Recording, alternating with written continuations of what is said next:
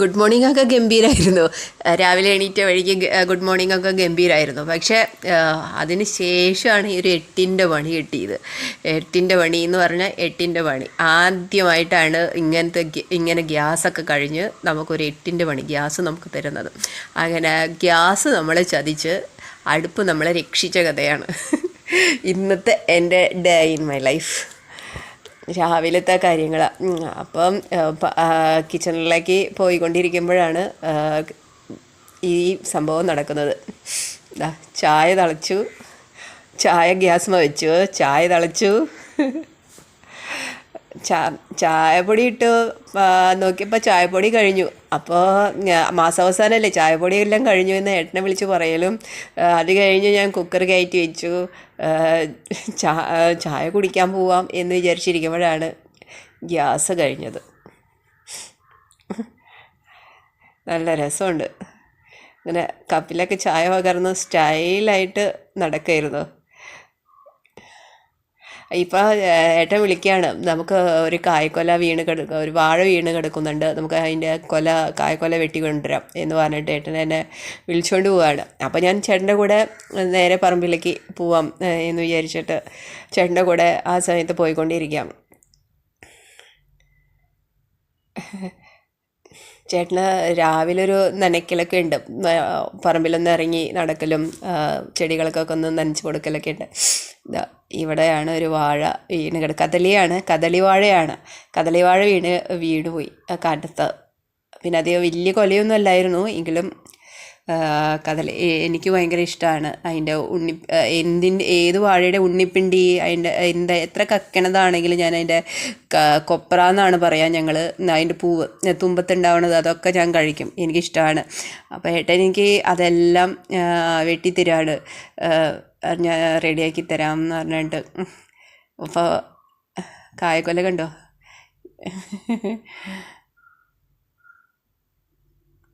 ഗംഭീര കൊലയായിട്ടില്ലേ കായക്കൊല.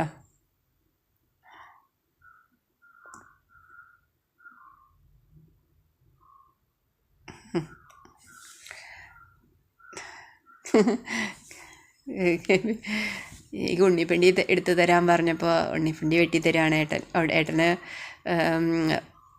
ഏട്ടനും ഇഷ്ടമാണ് കേട്ടോ നാടൻ കറികളൊക്കെ, ഏട്ടന് ഭയങ്കര ഇഷ്ടമാണ്. അപ്പോൾ എനിക്കും ഏട്ടനും നാടൻ കറികളെല്ലാം ഇഷ്ടമാണ്. അപ്പോൾ ഉണ്ണിപ്പിണ്ടി വെച്ചിട്ട് വേഗം ഉപ്പേരി വെക്കാം എന്നൊക്കെ വിചാരിച്ചിട്ടാണ് വേഗം റെഡിയാക്കിക്കൊണ്ടിരിക്കുന്നത്. അറിയണില്ലല്ലോ വരാൻ പോകുന്ന ചതി, നമുക്കറിയണില്ലല്ലോ. ഇപ്പം കുക്കർ അടപ്പത്താണ്, ഞാൻ അരി ഗ്യാസിൽ വെച്ചിരിക്കുകയാണ്, കുക്കറിൽ അടപ്പത്താണ്. എത്തി മീൻചട്ടി അടപ്പത്ത് വെച്ചു, മീൻകറി റെഡിയാക്കി എന്നുള്ള റെഡിയല്ല. ഞാൻ പറഞ്ഞു തുടങ്ങാണ്. മീൻകറി വെളിച്ചെണ്ണ ഒഴിച്ചു, കുറച്ച് ഉലുവയിട്ടു. ഞാൻ പറയുന്നുണ്ട് എൻ്റെ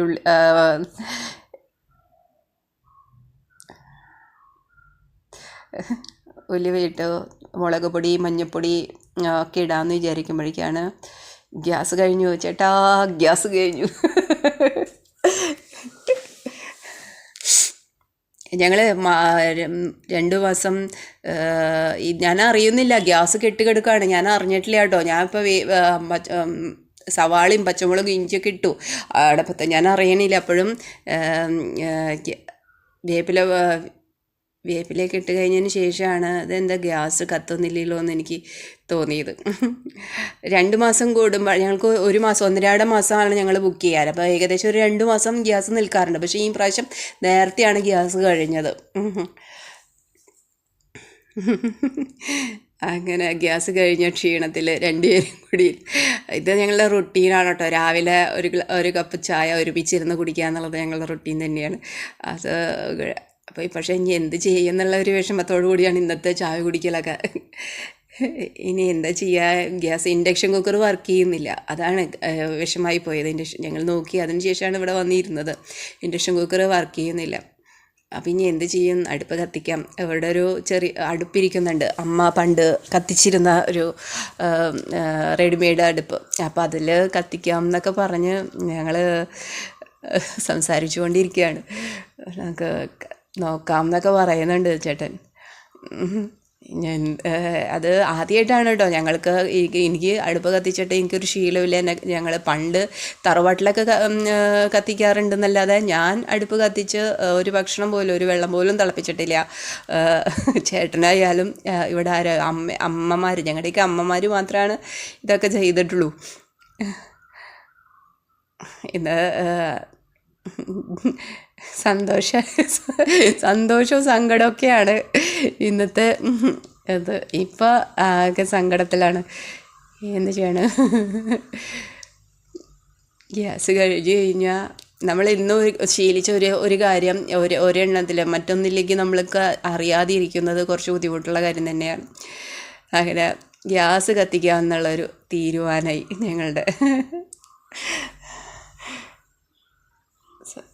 സോറി, അടുപ്പ് കത്തിക്കാമെന്നത്, ഗ്യാസ് അല്ല കേട്ടോ, അടുപ്പ് കത്തിക്കാമെന്ന് ഞങ്ങൾ തീരുമാനിച്ചു. അങ്ങനെ പുറത്തെത്തി. എൻ്റെ വലിയ ഗമയിലുള്ള ഇൻട്രൊഡക്ഷനൊക്കെയാണ്. ഗ്യാസ് കത്തിക്കാൻ പോവാണ്, അടുപ്പിലാണ് മീൻകറി വയ്ക്കാൻ പോകുന്നത് എന്നൊക്കെയുള്ള ഭയങ്കര സ്റ്റൈലിഷാണ്. ഒന്നും അറിയില്ല എന്താ ചെയ്യേണ്ടതെന്ന് ഒരു എത്തുമിടിയില്ലാത്ത രണ്ടുപേരാണ് നിൽക്കുന്നത്. അടുപ്പ് വെച്ചു, ചട്ടി വെച്ച് ഒക്കെ കത്തിക്കൽ. അതിൻ്റെ ഇടയിൽ ഞാൻ പീഠത്തിലിരുന്ന ചേട്ടനോട് അതെടുത്ത് കൊണ്ടുപോവാ ഇതെടുത്ത് കൊണ്ടുപോകാം എന്നൊക്കെ പറയുന്നുണ്ട്. എനിക്ക് തന്നെ അറിയില്ല എന്ത് ചെയ്യണമെന്ന്. നല്ല ചൂടെടുക്കുന്നുണ്ട്, പുക വരുമ്പോഴും ഒക്കെ എനിക്ക് ബുദ്ധിമുട്ടാണ്. എനിക്ക് ശ്വാസതടസ്സമുള്ള കാരണം ഈ പുകയൊക്കെ എനിക്ക് കുറച്ച് ബുദ്ധിമുട്ട് തന്നെയാണ്, ചൂടും പുകയൊക്കെ. എന്നാലും പിന്നെ ചേട്ടൻ നന്നായിട്ട് ഹെൽപ്പ് ചെയ്തു. ചേട്ടൻ ഓരോന്ന് എടുത്തു കൊണ്ടുവരാനും പിന്നെ പട്ട വിറകുകളൊക്കെ എനിക്ക് റെഡിയാക്കി തരാനൊക്കെ ചേട്ടൻ നല്ലപോലെ ഹെൽപ്പ് ചെയ്യുന്നുണ്ടായിരുന്നു കേട്ടോ. എന്നിട്ട് ഇപ്പോൾ ഞാൻ മൂപ്പിച്ച് വെച്ചിരുന്നില്ല, അതൊക്കെ പാത്രത്തിലാക്കി വെച്ചിട്ടുണ്ടായിരുന്നു. അപ്പം അതെല്ലാം കൂട്ടി ഇപ്പോൾ വീണ്ടും ചട്ടിയിലിട്ടിട്ട് ഒന്ന് വറുത്തെടുക്കുകയാണ്. ഇനി അതിന് ശേഷം വേണം നാളികേരം കലക്കി ഒഴിക്കണം. ഒക്കെ ചേട്ടൻ പറയാം അത് ചകിരിയുടെ അത് വയ്ക്കൂ, ചിരട്ട എടുത്തോന്ന്. ചിരട്ട നല്ല ചൂടാവണം എന്ന് പറഞ്ഞു. അപ്പം ഞാൻ പറയാം ഇത് ഇടാൻ പാടില്ല, ഇത് ഇട്ടാൽ ചൂടാവും, ഇതൊക്കെ എനിക്ക് എന്താന്ന് പോലും എനിക്കറിയില്ല, അതിങ്ങനെയാവും എന്നൊക്കെ എൻ്റെ അഭിപ്രായങ്ങൾ, ഭയങ്കര അഭിപ്രായം.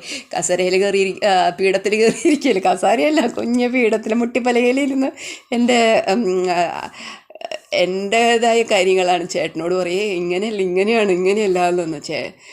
അപ്പം എനിക്ക് ഇതൊക്കെ ഇട്ടുതരാം വേഗം ആവാൻ വേണ്ടിയിട്ട്.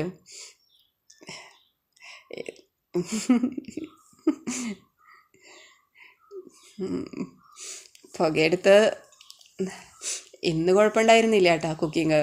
ഇന്ന് രസമായിരുന്നു കുക്ക് ചെയ്യാനായിട്ട്. നല്ല നന്നായിട്ട് പുക വരുന്നുണ്ട്, കാറ്റുണ്ടായിരുന്നു, നല്ല കാറ്റുണ്ട്. അപ്പോൾ അതിനനുസരിച്ച് പുക മുഖത്തേക്ക് അടിച്ചിട്ട് നല്ല സുഖമുണ്ടായിരുന്നു. അപ്പോൾ ഏട്ടൻ പറയാം നീ കുറച്ച് നീങ്ങിയിരിക്കുക എന്നൊക്കെ പറഞ്ഞു. അപ്പോൾ ഞാൻ പറയുകയാണ് എനിക്ക് എന്നെ കാണണ്ടേ ഇവർക്കൊക്കെ, അതിൻ്റെ സ്റ്റൈല്, ക്യാമറയുടെ മുമ്പിലിരിക്കുന്നതിൻ്റെ സ്റ്റൈല്, അതും അടുപ്പിൽ കത്തിക്കുന്നതിൻ്റെ ഒരു പത്രാസൊക്കെ നാട്ടുകാർ കാണാൻ വേണ്ടിയിട്ട്. എൻ്റെ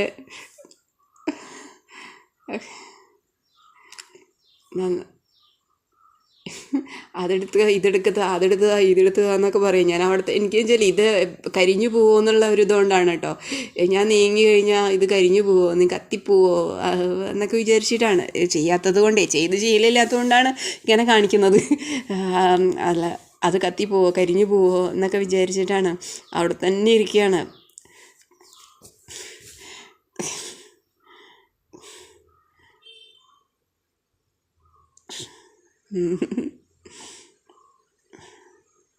ഇടയ്ക്ക് പുകേനെ പിടിക്കാനൊക്കെ നോക്കുന്നുണ്ട്, മാറ്റി വയ്ക്കാൻ. അത്രയ്ക്കധികം പുക മുഖത്തേക്ക് അടിച്ചുകൊണ്ടിരിക്കുകയല്ലേ. അപ്പോൾ കുറച്ച് പുക എടുത്ത് മാറ്റി വയ്ക്കാമല്ലോ എന്ന് വിചാരിച്ചേട്ടാ.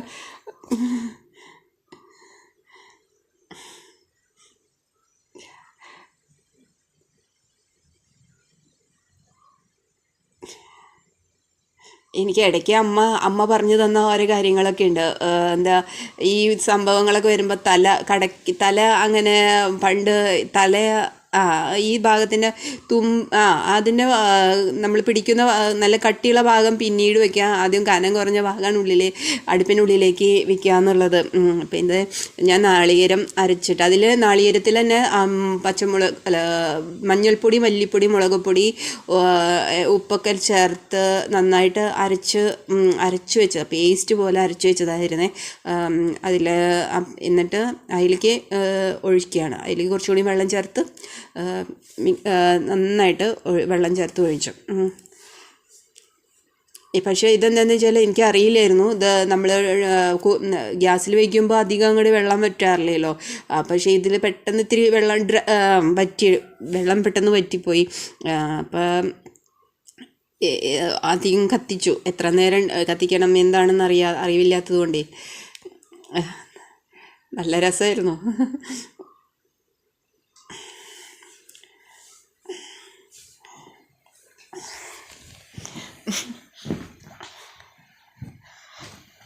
ഇങ്ങനെയൊക്കെ എട്ടിൻ്റെ പണികൾ നിങ്ങൾക്ക് കിട്ടാറുണ്ടോ? ഇവിടെ നിങ്ങൾക്കുണ്ടാവാറുണ്ട് ഇങ്ങനെയൊക്കെ പണികൾ കിട്ടണത്? ഇതാ മീൻ കിട്ടും.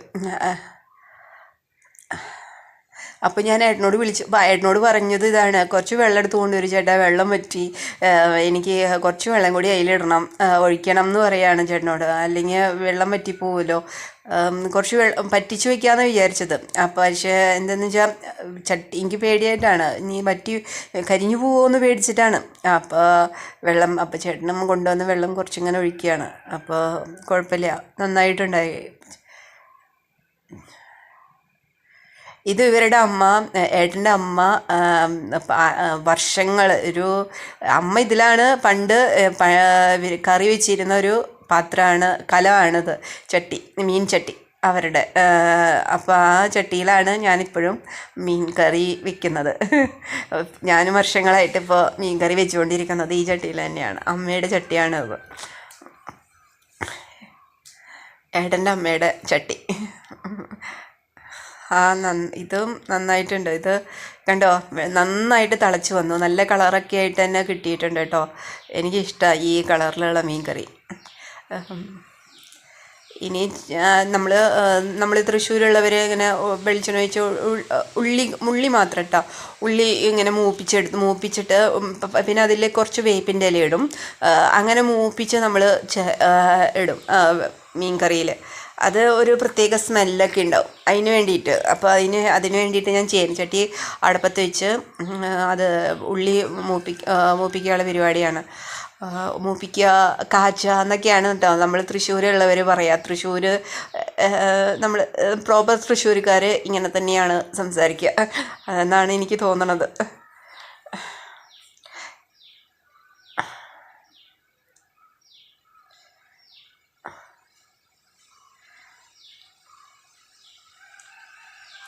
ഞാൻ കൂട്ടാൻ കാച്ചുക എന്നൊക്കെയാണ് പറയുക. മൂപ്പിക്കുക, മൂത്തു, ഇറക്കി വയ്ക്കാം എന്നൊക്കെ. ഇതാ കൂട്ടാൻ കാച്ചി ഇതായി നന്നായിട്ട്. എനിക്ക് കൈ പൊള്ളിയിട്ടോ, എനിക്ക് പക്കുടും ഇല്ലാതെ എടുക്കാൻ പറ്റില്ല, എനിക്ക് എൻ്റെ കൈ പൊള്ളും. എന്നാലും ഞാൻ അഡ്ജസ്റ്റ് ചെയ്തു. കണ്ടോ, നല്ല കളറായിട്ട് വന്നിട്ടില്ലേ? ഇതാണ് എൻ്റെ മീൻ കറി, എൻ്റെ അയലക്കറി.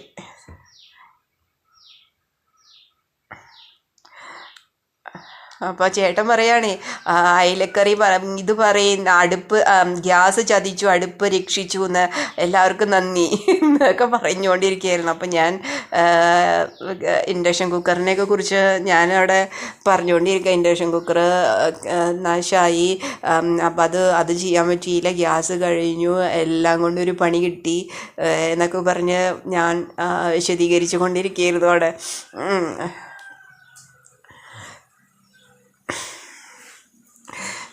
ഇപ്പോൾ നന്നായിട്ടുണ്ട്. ഇപ്പോൾ കറികളൊക്കെ സെറ്റ് ചെയ്തപ്പോൾ എനിക്ക് ഭയങ്കര സന്തോഷമായി.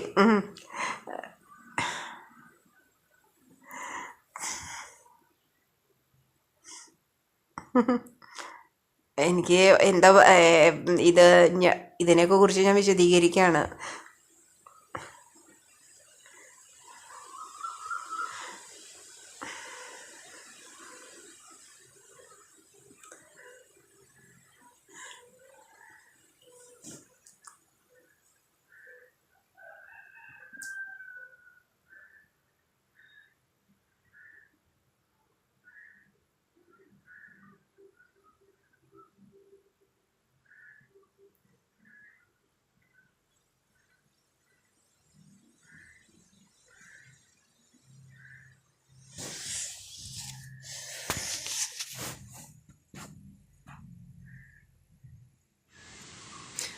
ഏതാ നേട്ടൻ പോവായി. അപ്പോൾ ഇനിയിപ്പോൾ പോയി കഴിഞ്ഞാൽ പിന്നെ വൈകിട്ടാണ് എത്തുക. അപ്പോൾ ചേട്ടനെ യാത്രയാക്കാനുള്ള തയ്യാറെടുപ്പിലാണ്. ചേട്ടൻ യാത്രയൊക്കെ പറഞ്ഞിട്ട് ഇറങ്ങാണ് ഓഫീസിലേക്ക്. ഇന്ന് ഇന്ന് കുറച്ച് തിരക്കുള്ള ദിവസമാണ് ഏട്ടനും. അങ്ങനെ ഏട്ടനങ്ങനെ ഓഫീസിൽ പോയി ഗേറ്റ് അടയ്ക്കാനായിട്ട് പോവുകയാണ്. ഗേറ്റ് അടച്ച് തിരിച്ച് ഇനി ബാക്കിയുള്ള പണികളൊക്കെ ചെയ്യണമല്ലോ. അപ്പോൾ അതൊക്കെ ഇനി കുറച്ച് നേരം ഇരുന്ന് റെസ്റ്റൊക്കെ ചെയ്തിട്ട് ഇനി അടുത്തത് ചെയ്ത് തുടങ്ങുള്ളൂ കേട്ടോ. അത് ഗേറ്റ് അടച്ചു.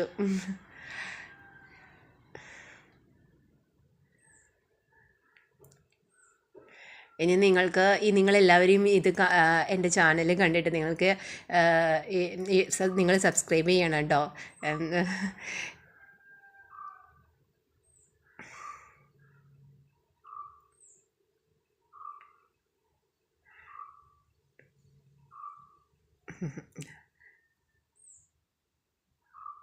അപ്പം ഇനി നാളെ നമുക്ക് കാണാം. അതുവരെ അജിന്ത്യ Prasad sign off. Bye bye. Happy.